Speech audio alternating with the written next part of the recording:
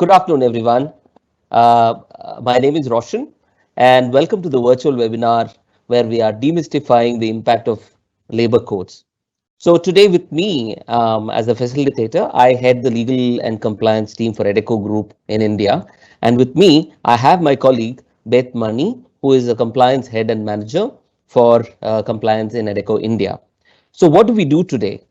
We will take you through a brief history of what the labor codes are all about, how the labor codes are implemented, and try to touch upon what is the impacts of labor code for our existing organizations and what may change.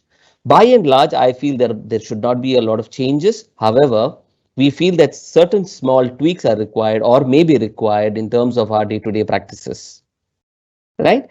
If we go to our next slide. So in India, we all know that there are about 150 labor law legislations, since both state and central government have the powers to create labor laws. However, after conducting a detailed scrutiny of these laws, the Second National Commission in 2002 tabled a report stating that the existing labor laws are very complex, inconsistent with time, and therefore the legislature had come up with an idea of unifying legislations where two major points were deliberated. One is rationalization, simplification, and consolidation of the existing laws. The second is to try and bring an umbrella legislation for ensuring minimum level of protection to the workers in the organized sector.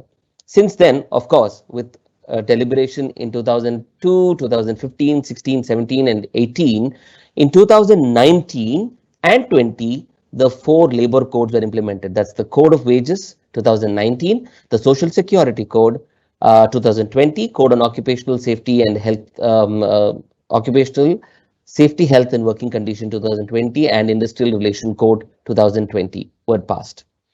If we may go to the next slide. Together, these four codes subsumes about 29 pre-existing labor laws.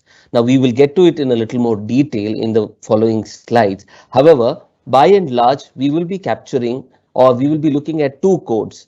I'm sure we are also trying to see how we can organize another webinar for the remainder two codes. So in this session, we will be touching upon or deep diving into the Code of Wages, the Social Security Code, for the benefit of all.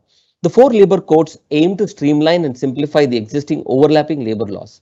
While the codification exercise was primarily focused on consolidation of labor laws relating to employment conditions, social security, wages, and occupational health and safety working conditions, the implementation also has led to expansion of the ambit of the applicability of laws. Removal of multiple definitions or interpretational hurdles, transformation of certain obsolete laws, ease of doing compliance, rationalization of penalties, and increased focus on implementation of law and appropriate governance around such laws. A closer look at these codes may reveal that consolidation has actually given the right direction into where we are supposed to go and proper framework and governance that the organization or the country requires. On the next slide, we have highlighted what are the four codes under the code of, four acts under the Code of Wages have been resumed or replaced. The Payment of Wages Act, the Minimum Wages Act 1948, the Equal Remuneration Act, the Payment of Bonus Act. Now, if you talk about what does it cover, in the next slide we see that the Code of Wages is extended to the whole of India. All establishments where any trade or industry manufacturing process is carried on, all types of employees, irrespective of their wage limit, or skilled, semi-skilled, unskilled, supervisory, managerial, and all across sectors. All types of employers who engage themselves or engage employees for their trade, industry, or manufacturing activities. Now, there are certain salient features that I would like to highlight, while we will definitely go through in a little more detail. It covers all the employees during, including in the managerial cadre. wage definition is being standardized. We will look at it in a little more detail. Monthly recovery is also kept. Penalties and prosecution has been enhanced. Settlement time of dues has been shortened. Time for preferring claims have been extended. Role of an inspector have changed. Now, in the next slide, we will see roughly about, in the next two slides rather, we will see roughly about 12 highlights or pointers. We will go in a little more detail. So one is on the applicability side. Irrespective of the salary limit, it is applicable to all employees. Now, unlike our earlier payment of wages, where the payment of wages was applicable only to set of employees whose salary were below 24,000, right? This also has uh, uh, fix the floor wages. When I say fix the floor wages, there's a national floor wage that will be prescribed by the central government. And with this change, the state also has a responsibility, or maybe has an option to have a state-wise floor wage. Only thing the state needs to look into is the floor wage that is being prescribed in the state cannot be lower than the floor wage prescribed centrally, right? So another important aspect which we may want to dwell upon is industrial dispute. Any dispute or difference between an employer and employer, or between an employer and a worker, or between worker and a worker, is what an industrial dispute is being defined. The reason why I'm saying is worker and an employee has been defined separately. A worker means a person who is employed to do any manual, unskilled, skilled, or any kind of employment, but does not include managerial or administrative capacity, or somebody who's been employed in a supervisory capacity who is drawing wages exceeding 15,000 rupees.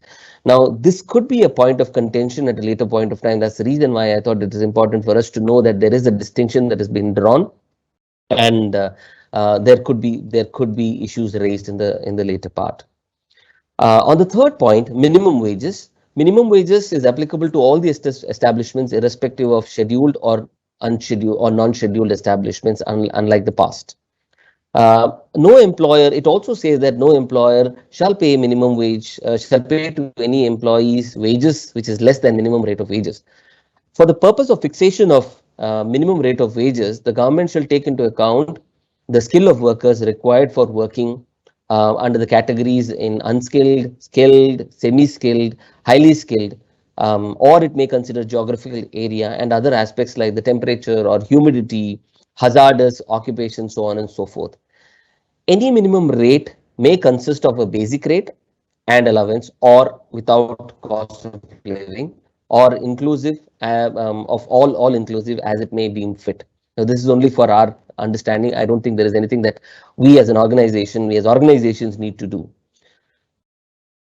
One thing probably we may have to keep a watch on is if there are employees who are working on two different wages, or if two different wages are applicable to employees, then they need to be paid accordingly. Now, we may want to just go back, assess, see if there are people who may be falling in two different categories, and see how we want to work that. Another important point, I think this was also there in the past, fixation of wage period is also equally important. On the bonus front, I don't see there are many changes. Probably it's more or less a replica of what the Payment of Bonus Act is.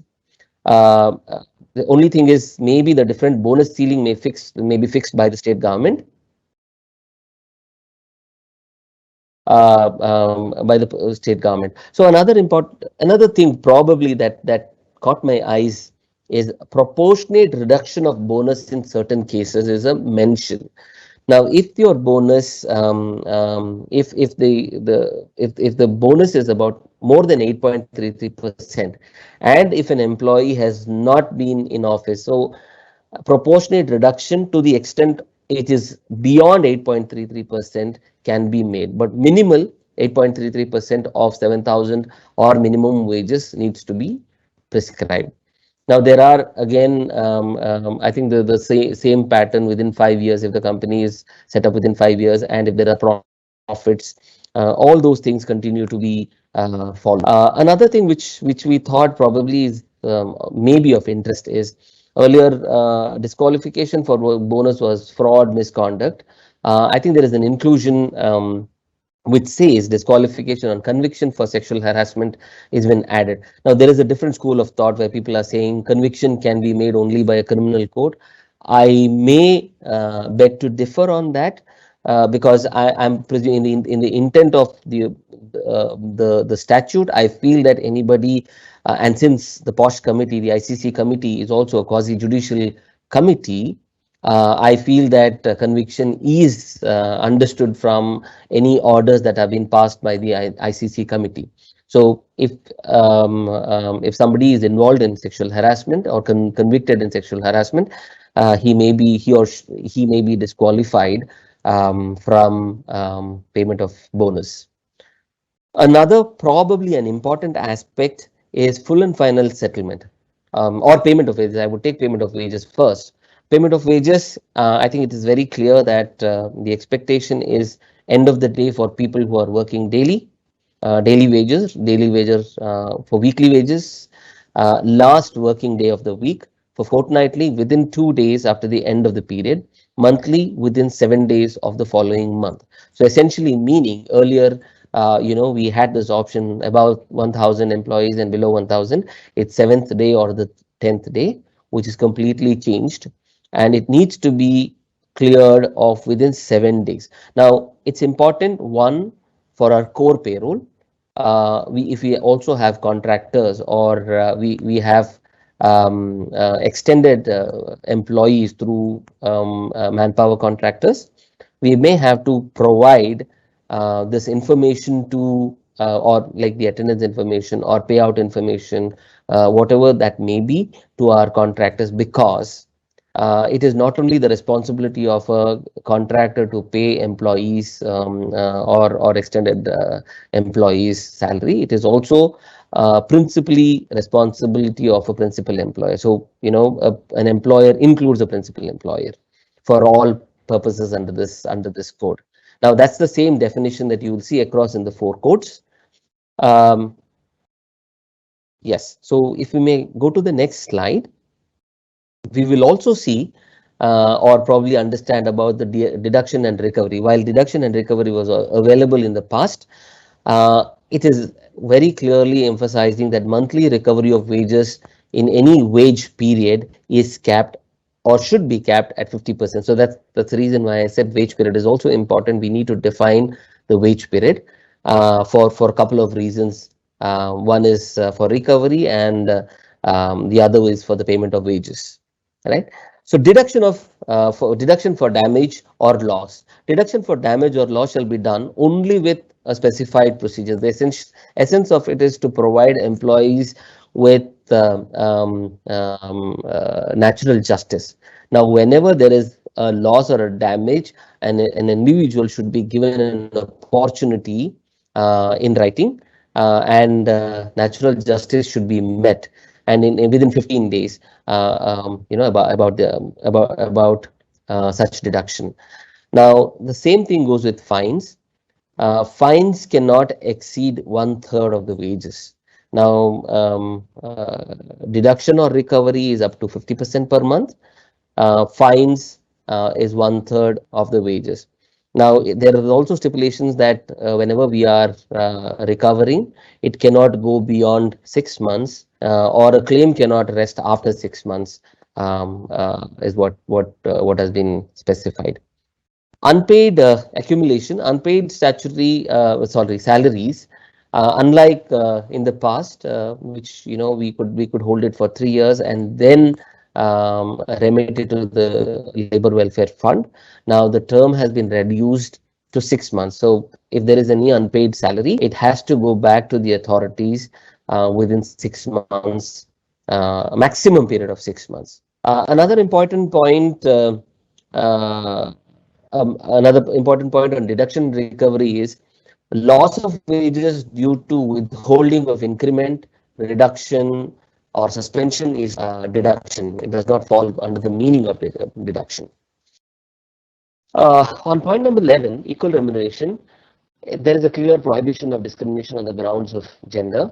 Equal remuneration for same or similar work. Now, what is same or similar work, right? Means in respect of which the skill, effort, experience and responsibility required are the same when performed under similar working conditions by employees, and only difference probably which is not of practical importance. So essentially, when the work done is similar to what the other gender or person has done, then you cannot or one cannot discriminate. So we may have to go back and see our pay scales. Maybe we'll have to review them and then come back as to what needs to change. Another important change, in my view, probably the inspector come facilitator change that you see. Uh, Earlier it used to be an inspector Raj, where they can come, enforce, audit. The authorities can audit, enforce on companies. But now they're expected to be act as an advisory to the employers and workers before initiating. Now, if it is completely off track, non-compliance, I'm sure they can, but I think they also have an obligation to provide advisory to uh, uh, uh, employers. Right? Now, I think going to the next slide, the most important one in my view is the definition of wages. While we see there are too many definitions which has been standardized across. So if you look at most of the past legislations, the wages defined in Payment of Wages Act, or Gratuity Act, or Minimum Wages Act, or Provident Fund Act, or ESIC, Employee State Insurance Act, you may see there is dissimilarity in terms of how wages has been defined. And because of that, there are so many interpretational issues that have been landed up in multiple courts at multiple levels. One example is the one which we see, or we have noticed in 2019 by the Surya Roshni matter, where how provident fund or contribution to the provident fund has to be looked into. Now here it is very clear, and it's made very clear to all of us, stating this is what wages means. Now, what does it mean? All remuneration. I think emphasis has been provided. I mean, if the way I read it, all remuneration, whether by way of salaries, allowances, or otherwise expressed, is being paid to an employee and includes basic pay, dearness allowances. Sorry, there's a typo. Retaining allowance, if any. Now, very important aspect to note is it does not say includes but limited to, and therefore, if you are reading it together, all remuneration, whether by way of salary, allowances, or others expressed, means wages. It does not. Only exception to this is the A to K.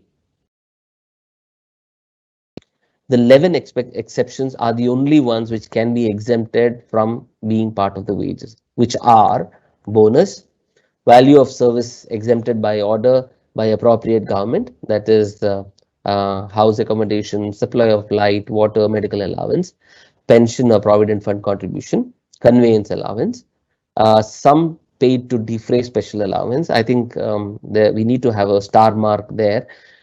Defray special allowance means the special allowance needs to be special. It cannot be universally paid across the organization. If so, the Surya Roshni matter or Vivekananda Vidya matter will kick in, and therefore, the entire issue may stem up. HRA, award or settlement, overtime, overtime allowance, commission, gratuity, retrenchment compensation. So these are the 11 exceptions that can be exempted from considered to be wages. Now, there's a catch further. If the payments under clauses A to I, that is from bonus to commission, exceeds 50% of the gross, the total gross, then the amount that has exceeded the 50% will be considered into wages. Now, why is it important? We will understand it further with certain examples. But why is it important? It is important because it may affect our contributions to a social security. It may affect the way we calculate certain retirals, calculate retirals. It may affect the way we calculate ESIC or bonus, whatever may be, right? And it also impacts employees because uh, the moment the share increases, of the share of contributions increases, the take home will be lesser for all our employees. Now, if we look at uh, so a couple of asterisks on D, F, G, and H. Um, these are the ones which also needs to be considered when we are contemplating or when we are evaluating equal wages, equal remuneration. So therefore, keep in mind HRA, award or settlement, overtime allowance, and traveling concession should be considered when we are calculating equal remuneration at workplace. Going to the next slide, we will see few samples on the computation of wages. Now, this is the straight jacket formula, if you may say.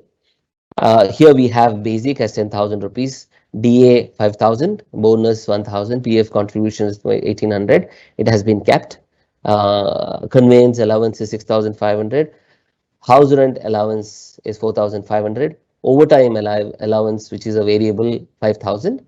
So you have 7 components. Now, plain reading of the definition of wages, basic and DA will form wages. That is 10,000 and 5,000. Rest everything, that is bonus, PF contribution, conveyance allowance, house rent allowance, and overtime allowance are exempted under the categories of A to I. Therefore, if you look at the total remuneration in this, it is 33,000 is the total remuneration. We also consider 50% of the total remuneration, that is 16,900. This is only for calculation purposes.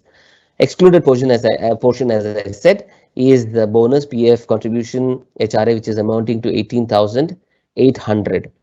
Now, 18,800 is more than 50% of the total remuneration, that is 16,900.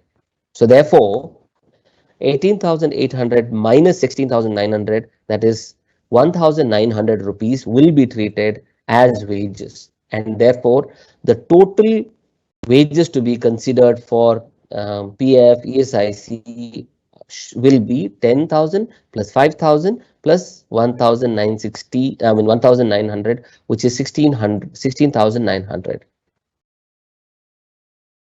This is quite straitjacket, but only thing we need to go back to our HR systems to understand whether we have it, whether the system firstly has the capability to differentiate or calculate it in such a way, and what are the components that we have, and does those components make it really let's say about special allowance? Is it really special, or is it for the purposes of an allowance being kept there? Okay. So moving to the next slide, in the interest of time, also moving to the next slide, we also see a couple of more examples.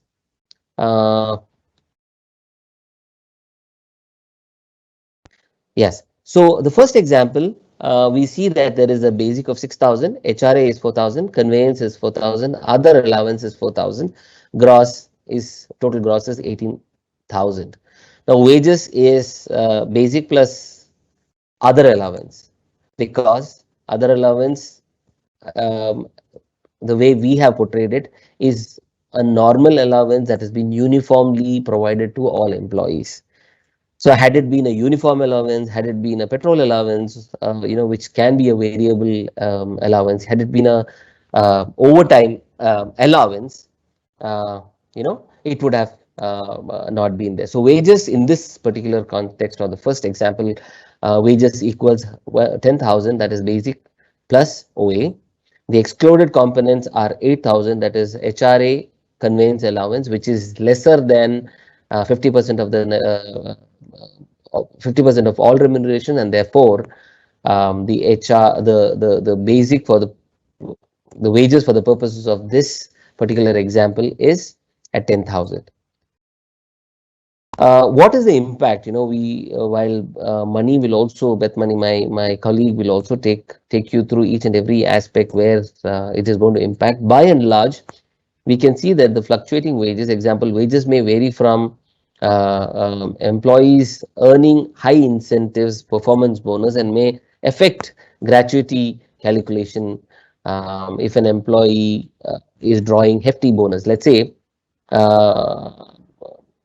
if somebody is drawing gratuity at the end of 5 years, let's put it that way, and that month, if he's having a hefty bonus, it will be considered, some portion of it. I'm not saying the entire thing, but some portion of it will certainly be getting into the wages calculation, and therefore there could be the calculation may go up, and we may have to keep that in mind, and probably our system should be robust and effective enough to make such calculations. The second example that you see, or the third example that you see on the screen, is more or less on the same lines. I have just made a description or change between other allowance and a uniform allowance. Now, since this is uniform allowance, and this we presume it to be a special allowance only for the purposes of uniform, this will not be considered as basic. So the basic in this instance would be only 6,000. However, when you put all these three allowances, it will be 12,000 rupees, and 12,000 is more than 50% of 18,000 rupees. So that additional 3,000 will be added, making the entire wages to be 9,000 for the purposes of further calculations. As I said, these are very plain, simple examples of how it needs to be interpreted, and I hope this is of use to you to understand the concept of wages that has been defined in the Code of Wages. I will now hand over it to Beth Money, who will take you through certain more examples and the code on social security. Over to you, Money. Thank you, Roshan, and good afternoon, everyone. Can we move to the next slide, please?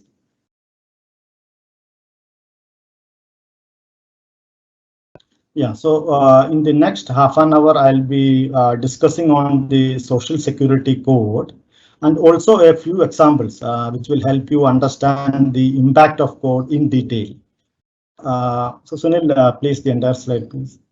So as you are aware, the Social Security Code has been consolidated by putting the 9 acts, that is the ESI, PF, the Employee Exchanges Act, Maternity Benefit, Gratuity Act.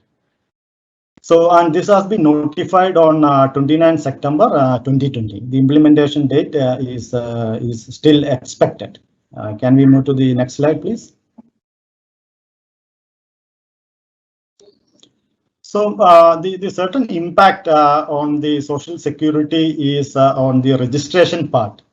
So earlier, for each act, we take example of PF for ESIC, we need to have a separate registration. But when this Social Security Code is getting implemented, there will be only one single registration.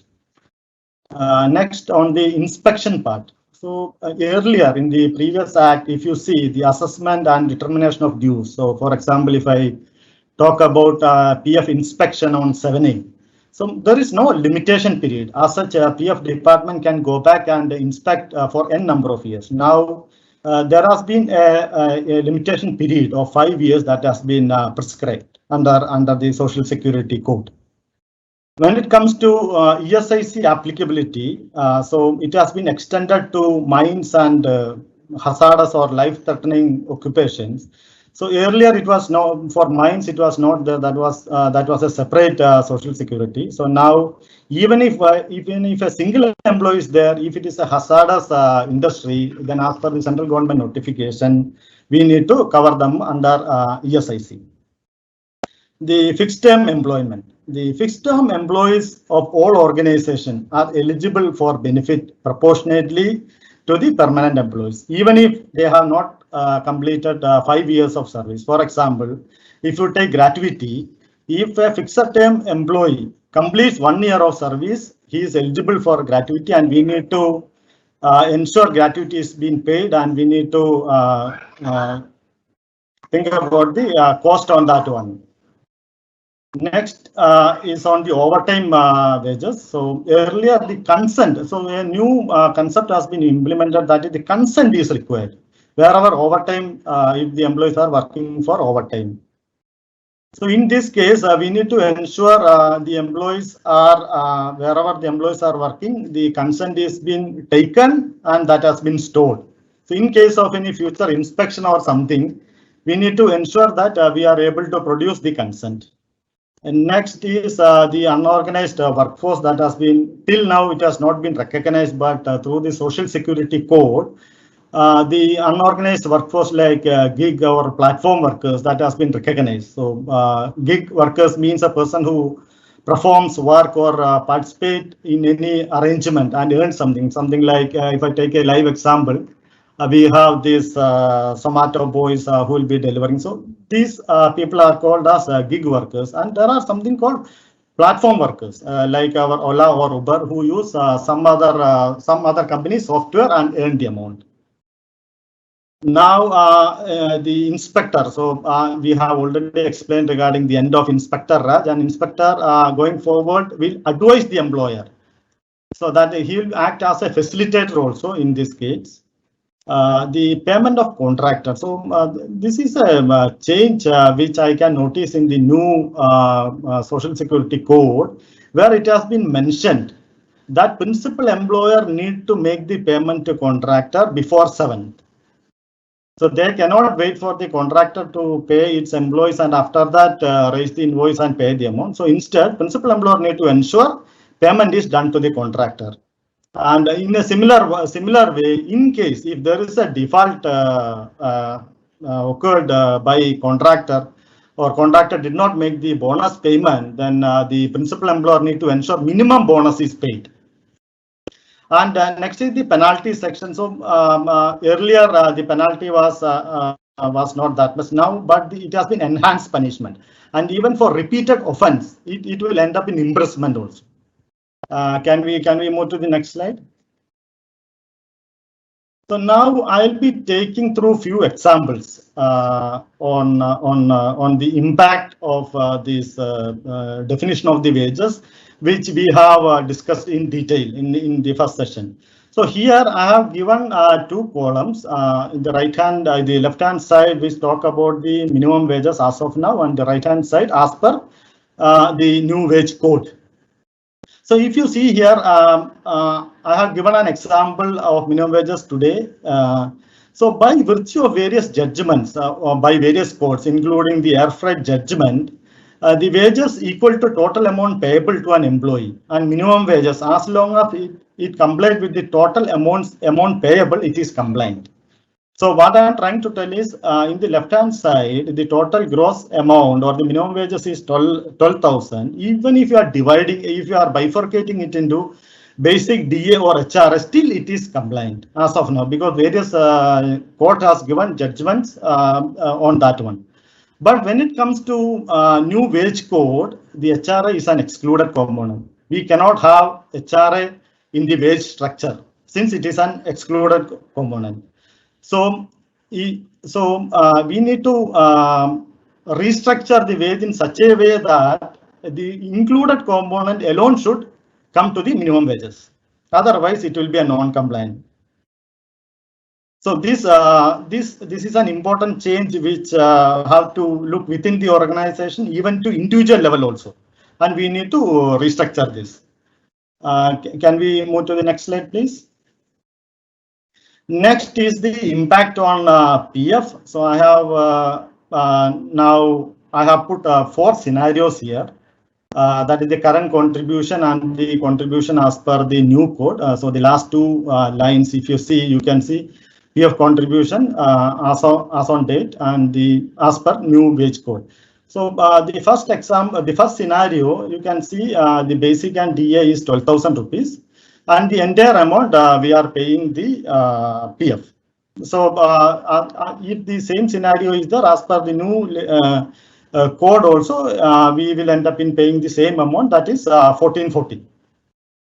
But if you see the scenario number 2, so I bring some more elements there, like I brought HRA 4000, conveyance 2000, washing 2000. So if you see here, by virtue of the judgment of Vivekananda Vidya Mandir or Surya Roshni case, for paying PF, all allowances need to be taken into consideration.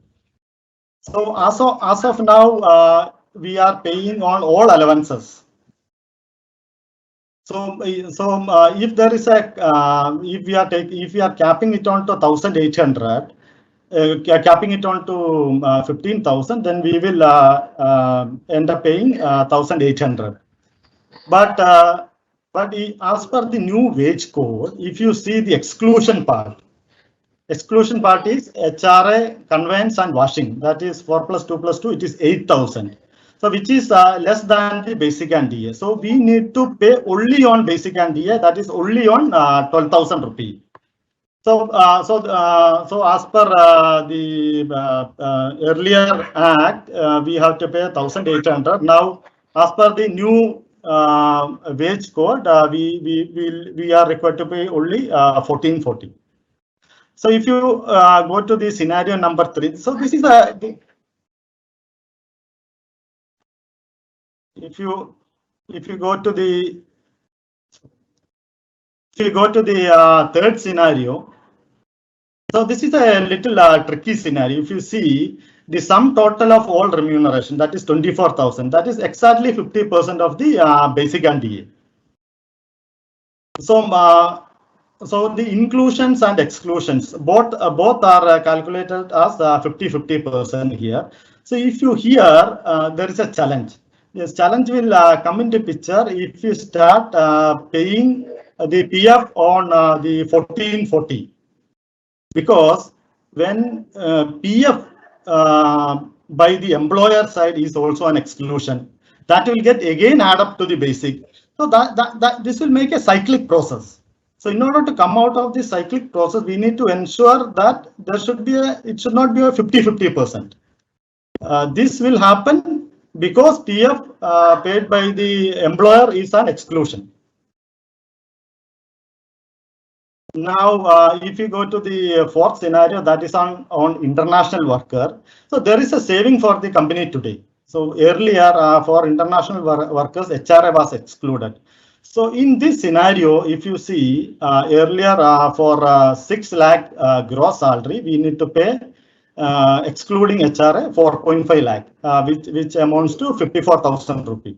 But as per a new wage code, we need to pay only 36,000 because the half of or the 50% of the gross salary is only considered as wages. So we will pay PF only on 3 lakh, that is 36,000.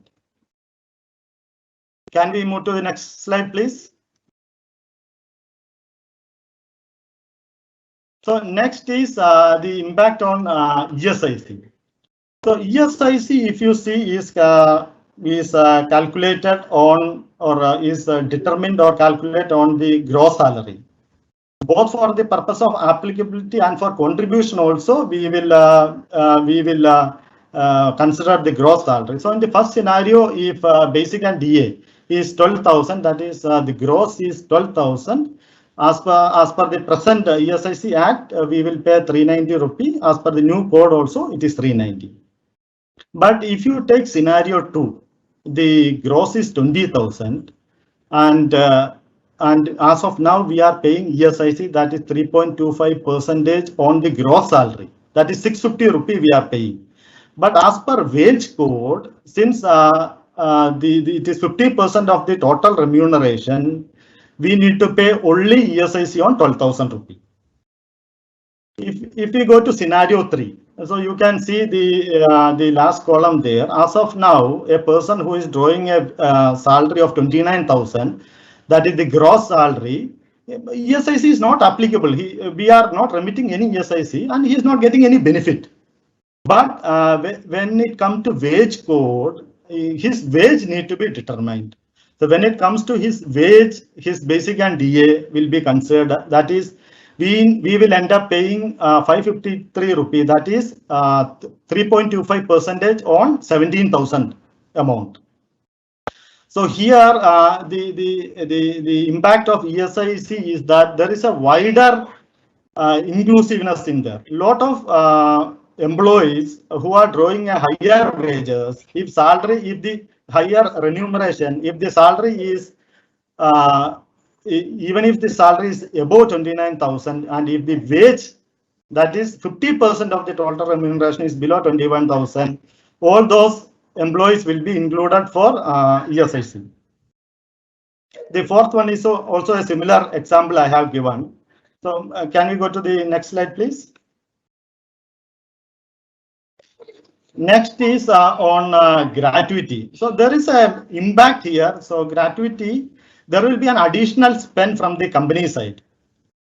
Why? So in my left hand side, I have given the example as per the Gratuity Act, and the right hand side as per Social Security Code. So here there will be a higher payout if the Social Security Code comes into picture, because as of now, gratuity is calculated on last drawn basic and DA. But if you see in the first example, gratuity is calculated on 12,500 because that is the last drawn basic and DA. And I have calculated assuming 10 years of continuous service.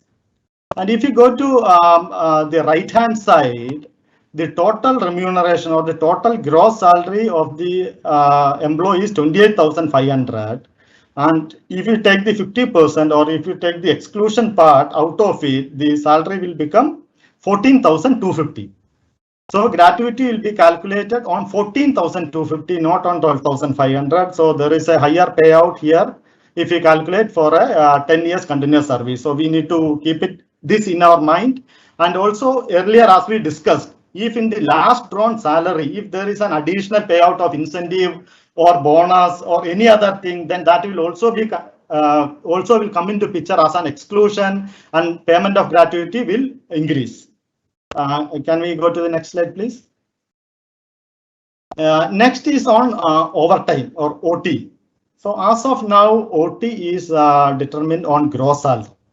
So if you see the left hand side, the OT calculation as on date, and the right hand side as per the new code. So in the left hand side, we have calculated overtime on the total gross salary, that is 28,500. We have divided it by 26, and we have arrived at per day calculation. After that, we have arrived at per hour calculation. So double the per hour calculation is what we are required to pay. But if you see, if you go to the new code, the right hand side, you can see out of 28,500, we are required to pay only on 14,250. Because if you see the exclusion part there, the exclusion includes HRA, house rent allowance, conveyance, and washing. Put together is 16,000. But our actual basic is 12,500. So an additional amount of 1,400 will get added to the basic and DA, and it will come to 14,250, and we need to pay that amount as overtime. So we will calculate wages as per we will calculate overtime wages not on gross but on the wages. Can we move to the next slide, please? And the last slide on payment of bonus. So there is practically no impact on bonus. So because if you see both the sides, we have put the impact analysis here. So the minimum wages we have taken as 10,000 and the monthly bonus is coming same. So why there is no impact on bonus is nothing but because bonus is calculated on 7,000 or minimum wages. So whichever is higher. So there is no impact on the part of bonus. Can we move to the next slide? Okay, thanks. Thank you. That's from my side. I think there are few questions that has been raised on the questions Q&A side. I have been answering quite some of them. Maybe you can also take a look at them uh, uh, on the three Q&A side, and you can one important aspect I think I wanted to probably add is talk about the penalties of it. So typically on the code of wages, the penalties, it clearly states, unlike the earlier 2000 or 3000 fine, now that has been enhanced. In case we fail to pay, either the employee or the contractor fail to pay wages timely, there is a fine of 50,000 rupees, and if it happens within the next 5 years, the second consecutive attempt within 5 years, then it can go up to imprisonment of 3 months and 1 lakh rupees. Similarly, any contravention of the code or the codes more or less talks about 20,000 first time and 40,000 second time, or 1 month imprisonment. So I think as I said, it is clearly a way how we need to govern, or setting up proper governance amongst employers and transparency between employers and the authorities. Now, while it makes our life a little more easier, a little bit of administrative work may pile on to us. But as I said, if we have reasonable, if we have our HR systems scaled up to the requirement, I'm sure we will all have peaceful time. Money. So there's a question from Sarika which says gratuity payment will be paid at the end of every year. No, not really. So gratuity, if I may take this question. So gratuity is for 5 years, as in 4 years, 8 months, or 5 years. That is how we want to consider it. However, for fixed term employees, they are eligible for gratuity at the completion, not at the completion of each year, but they will be eligible on the completion of 1 year and whenever they are leaving proportionately. So that's the answer. Of course, we will summarize, and Sarika also mentioned that we will will we share this? We have already shared this through our Compliance Connect on the impact of code, the codes on the day-to-day activities. We will again share it again. I'm also trying to see. There is also a question that was posed by Gayatri that currently we are sorry, just a moment. I think my system's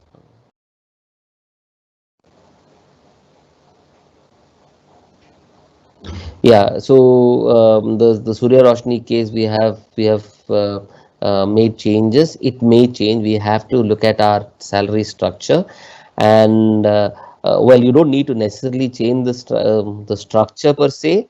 Because if we consider computation, or if we consider the way how we compute it for the purposes of social security or wages or so on and so forth, it should be good. As long as we are able to demonstrate that we are not circumventing the law or circumventing in giving benefits to the employees, it should be fine. So you don't need to necessarily do it, because the problem with going and redoing the salary breakup could be, you might have to go back to each employee, take the consent from each employee stating that, hey, this is the new change that is going to be effective. So you may want to think about working around it by reducing administrative activities.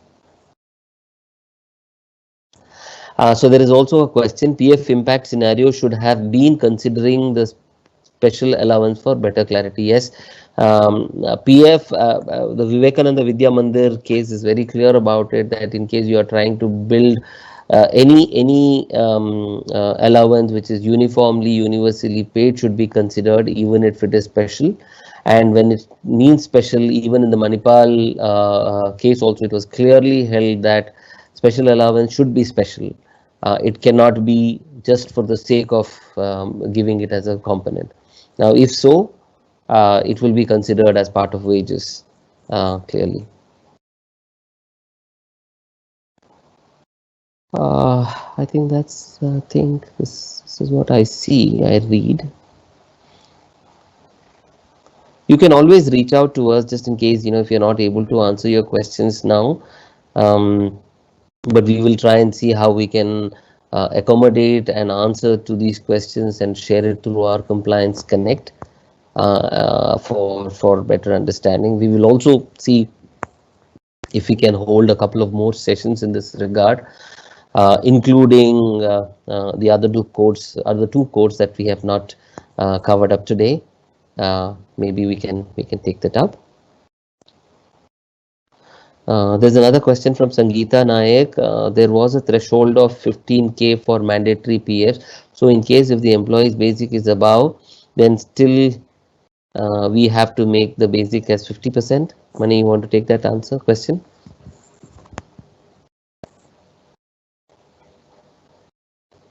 If there is a threshold, it is not required, then we need to pay only up to the threshold limit.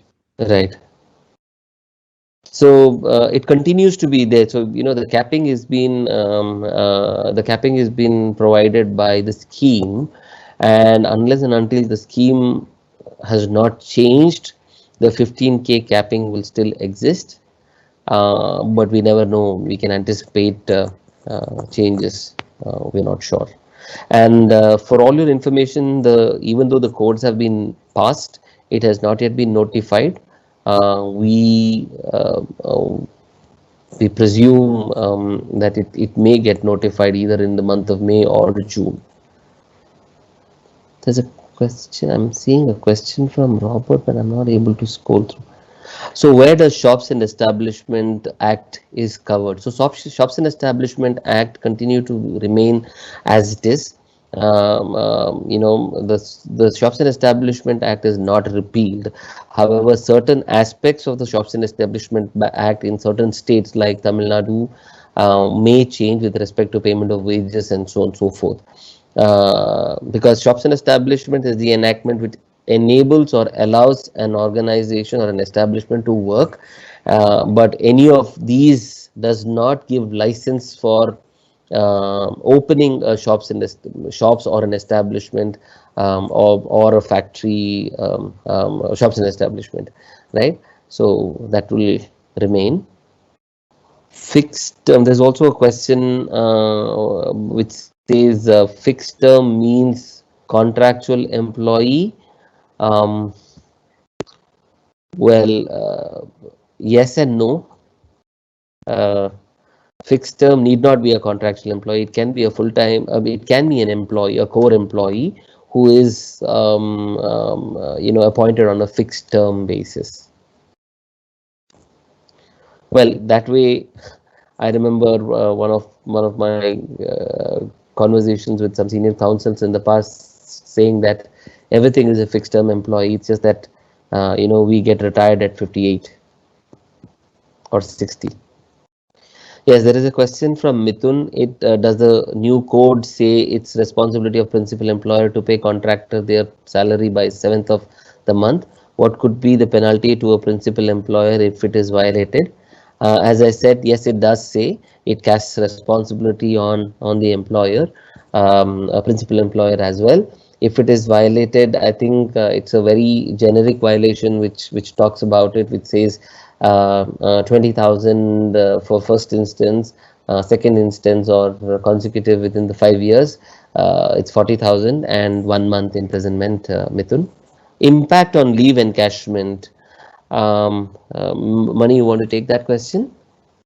If there is any impact on leave encashment. So leave encashment, it is a leave that has been earned by an employee. So by virtue of that, I think any encashment should be deemed the way that person would have otherwise earned. So it's bringing in more clarity, because we hear otherwise that leave is paid or payable on basic NDA, which is not the case. It should be on what the individual has earned during the month. What happens when an employee moves to a consultant role, but only for the purposes of getting benefits as an employee? So Jesse, there's a question from Jesse. If we are forcing, I mean, we cannot force an employee to move as a consultant role in the first instance. Secondly, if the employee is willing, then he becomes a typical consultant.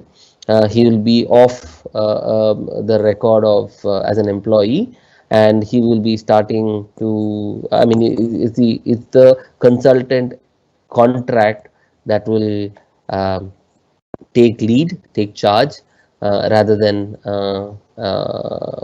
the employment arrangements. So there's a question for you, Mani. As per the new code, does ESIC will be applicable to all employees as per the chart shown, or does it have a benchmark for calculations? So this is not applicable to all the employees. So as we defined in the wage definition, if the wage or 50% of the total remuneration, if it is below 21,000 threshold, then he is coming under ESIC, and we need to remit the ESIC for employees whose wage is below 21,000. It is no more calculated on gross salary. Thank you so much, Mani. There's also another question: what are the basic allowance allowed in wage code? As I said, everything forms, I mean, basic. I'm sorry, I'm not getting the question. So basic, there's a concept of basic, and from a wage perspective, everything except for the 11 components. What is PF calculation, Trilok? What is PF calculation as per new code of employee whose 50% of wages is 27,000? I think we may want to do that calculation.